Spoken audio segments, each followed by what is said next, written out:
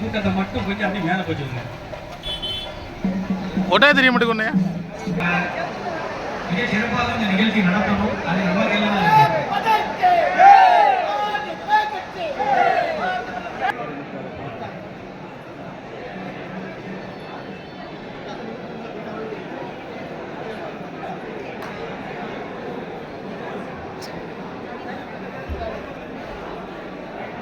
வர சொல்லுங்க.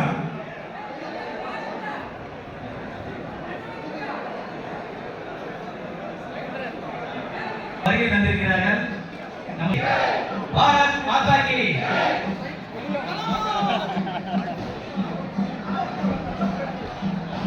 ஜெயிச்சு விட்டது பிஜேபி.